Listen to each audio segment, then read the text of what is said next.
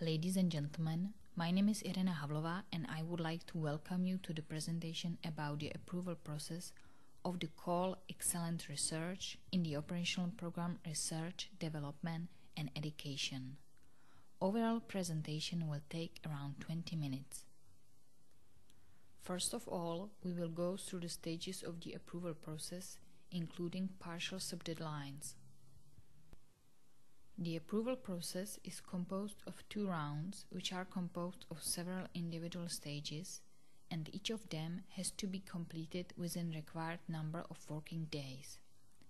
Eligibility and formal requirements are checked by internal evaluators of managing authority. External evaluators are involved in the substantive evaluation stage, whose aim is to evaluate the quality of the projects with regard to the fulfillment of the program's substantive objectives and to allow comparison of projects based on their quality. The following stage is project selection made by the selection committee. The last 2 stages are made by the managing authority. It's a complementation of documentation for legal act and legal act on the provision or transfer of support. The first round of the evaluation will take place from July to September 2016.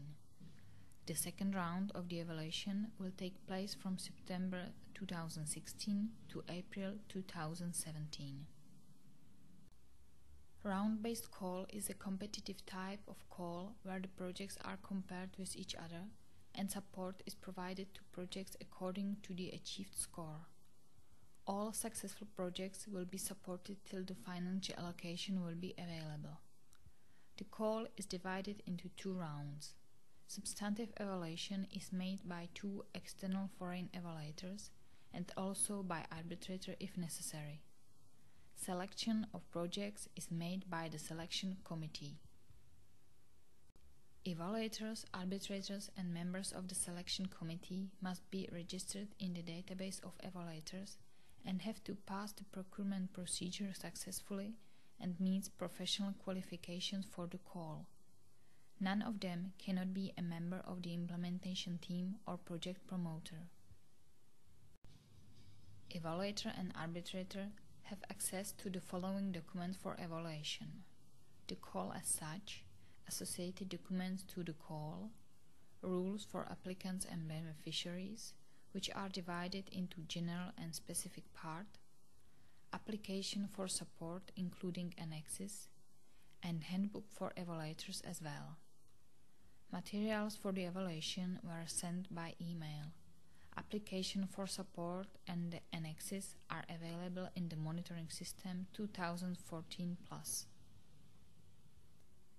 Substantive evaluation is filled into the evaluation table, which is available in monitoring system 2014+. You will be asked to fill in comments and reasons to each evaluation criterion based on which specific number of points was given. You can find the guide for evaluators with guidance questions in Annex number 2 to the call, Evaluation Criteria. Basically, there are 3 types of criteria. Exclusion criteria. If a grant application fails to meet this criterion, it's excluded from the approval process. They are evaluated by yes or no. Evaluative criteria. Scoring is assigned for fulfillment or non-fulfillment of criteria.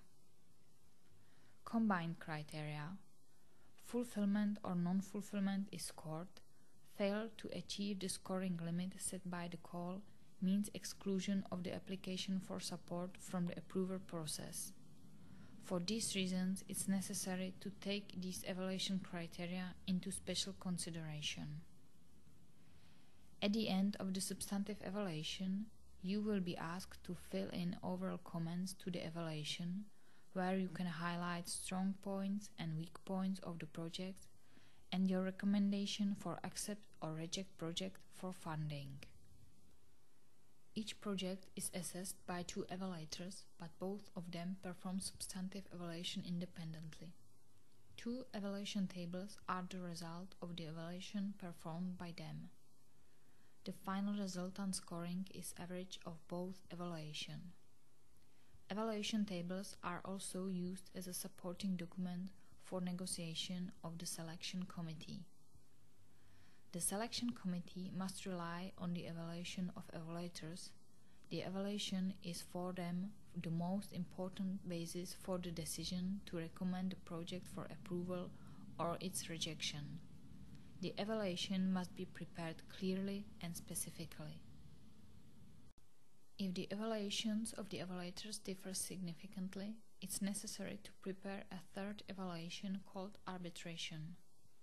This happens in the following cases: where the scoring awarded by two evaluators differ at least in one criterion.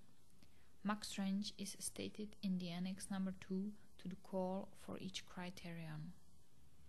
If the evaluation differs in total scoring 30 points and more, and finally in the total recommendation to approve or reject the project for funding. In the case of arbitration, the selection committee decides only based on the arbitrator's scoring table. Previous evaluations are no longer taken into account. The arbitrator has always access to evaluations of both evaluators. It's important to know that arbitrator comes during scoring from the scoring of both evaluators and from his own opinion.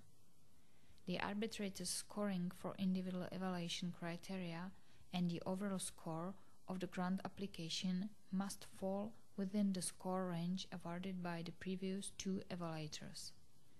The overall score is defined by the arbitrator's evaluation table. The arbitrator completes the table based on scores of individual criteria and the total score awarded by the previous evaluators and based on his or her own evaluation. The simplified application in the first round of the approval process means that the applicant must submit the project application including all relevant annexes, which are checked during the check of formalities. Simplified application doesn't contain cost-benefit analysis, the detailed budget for building and construction alterations, or the detailed overview of acquired infrastructure. The maximum number of points is 150. At the end of the table, the evaluator or arbitrator fill out the overall comment. Minimum limit for passing to the second round of the approval process is 98 points, and at the same time must be fulfilled the score limit for all combined and exclusion criteria. Then the application for support shall proceed to the following stage of the approval process. In the second round of the approval process, evaluation concerns the full application for support. Substantive evaluation is provided by experts, national and external foreign evaluators selected from the database of evaluators. Step 1 of the second round of substantive evaluation concerns the compliance of the research project, activities A, D, E, and F, including check whether reservations from the first round of evaluation have been incorporated through one exclusion non-correctable criterion. If this criterion is not met, the application for support will not be evaluated in Step 2 or Step 3 of the substantive evaluation and will be excluded from the approval process. The evaluation is performed by the same external evaluators who evaluated the application for support in the first round. Step 2 of the substantive evaluation is focused on relevant criteria of research instrumental part. The evaluation concerns the infrastructure part of the application for support in relation to activity B of the call. Applications for support cannot progress to Step 3 of the substantive evaluation unless they receive 65 points or more and at the same time they fulfill the minimum score limit of all combined criteria and simultaneously fulfill all exclusion criteria.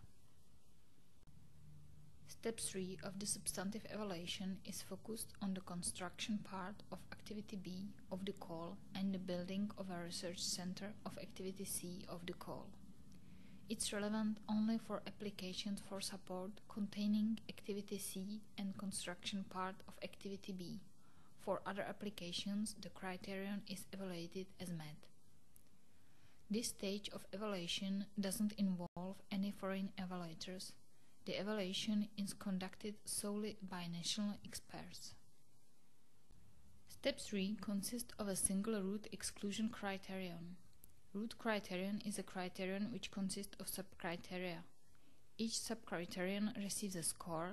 The total score for the root criterion is the sum of the scores of each subcriterion. The root criterion will be met if, as part of the subcriteria, an application for support is awarded by 65 points and more, and simultaneously meets all exclusion and combined subcriteria.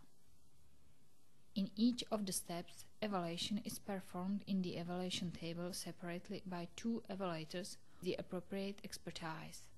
The overall result of the substantive evaluation is scoring tables of evaluators. The final score is calculated as the average number of points allocated by both evaluators in step 2 in relation to Activity B of the call. Again, if the evaluators differ in their evaluations, an arbitrator is involved in the evaluation process. In such a case, the result of the evaluation in step 1 is the evaluation made by the arbitrator. Maximum number of points in the second round of substantive evaluation is 100. If the project is scored with 65 and more points and at the same time it satisfies the minimum score limit of all combined criteria and simultaneously meets all exclusion criteria, the application for support shall proceed to the following stage of the approval process.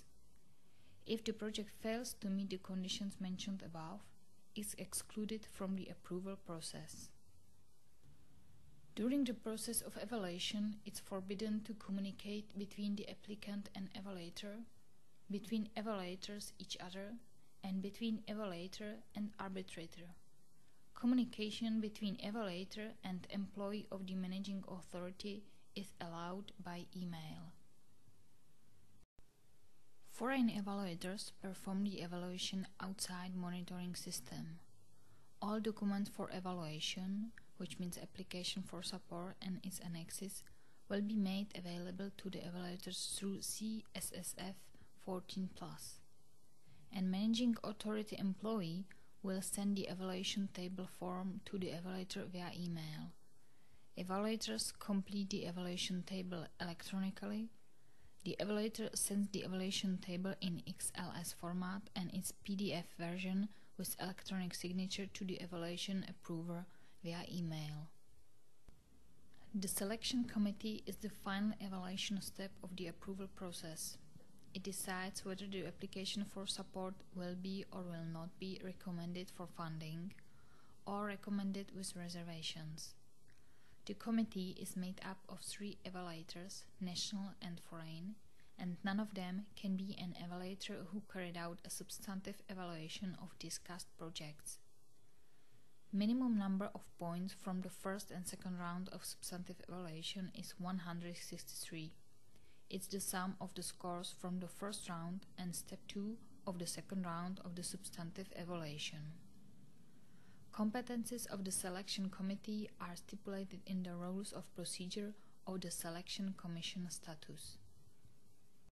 Selection committee has 3 types of potential project result. Project is either recommended or not recommended for funding, or project is qualified with a reservation, which means that the financial support will be provided only after fulfillment of conditions stated in the reservation, or the project is qualified with recommendation which don't need to be accepted by the applicant. Based on the selection committee's decision, the list of recommended and non-recommended applications for support will be signed by the Deputy Minister for the Management of the Operational Programs section of the Ministry of Education, Youth and Sport. During the approval process, the applicants may object against individual parts of the approval process. Objections are reviewed by the review committee. In case of well-founded objection, remedy must be ensured. Basically, it means new corrective evaluation which concerns only the criteria against which the applicant objected. The acceptance of an application for support for evaluation includes the declaration of impartiality and non-bias. Regarding to the deadlines, I would like to mention the following points. Accepting of evaluation must be within 2 working days. For the preparation of evaluation, you have 8 working days. Modification of evaluation after its return by the managing authority must be within 4 working days, and sending of supporting documents for meeting of the selection commission is 5 working days before meeting. It's very important to follow the above mentioned deadlines. Before we finish the presentation, please let me mention frequent errors in evaluation. Any comment has maximum limit of 2000 characters. In case you need to extend the comment, please insert additional annex.